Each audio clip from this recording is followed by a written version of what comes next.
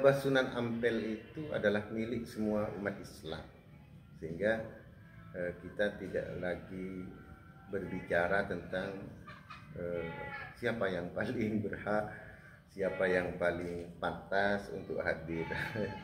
Semakin banyak yang hadir mendoakan beliau di haulnya, ya tentu sebagai, apalagi kemudian misalkan sebagai zuriyah misalnya, ya tentunya harus berbahagia. Siapapun yang hadir, mungkin banyak dari para habaib yang datang loh justru kita berbahagia. Banyak yang mendoakan beliau dari kalangan para kiai, dari para habaib dan lain sebagainya. Kalau kemudian yang tampak di media sosial kiainya tidak terlalu banyak, saya kira sangat sudah terwakili. Di situ ada ulama besar. Saya lihat ada Kiai Mas'ud Nur Hasan, pengasuh pondok pesantren, salah satu pondok pesantren tertua dan terbesar. Ada lagi dari Tambak Beras dan lain sebagainya. Apalagi juga kita tahu bahwa yang mengurus dari Makbarah Sunan Ampel maupun Masjid Ampel itu sendiri nadirnya adalah keturunan dari Basunan Ampel. Justru kita bahagia. Nah, kemudian kenapa kok nggak diundang gitu ya, misalkan bahwa ini masih keturunannya gitu. Ya, saya kira tidak usah diundang, karena kalau sudah waktunya haul ya sudah hadir saja.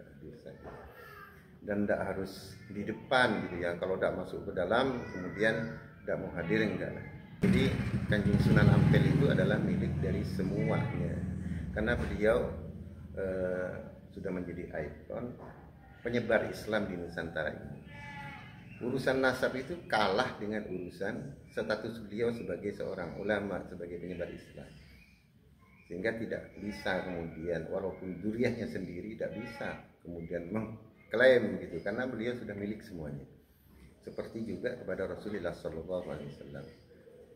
Di dalam hal semuanya, di dalam penyebutan kita juga harus tidak boleh menyebut sembarangan.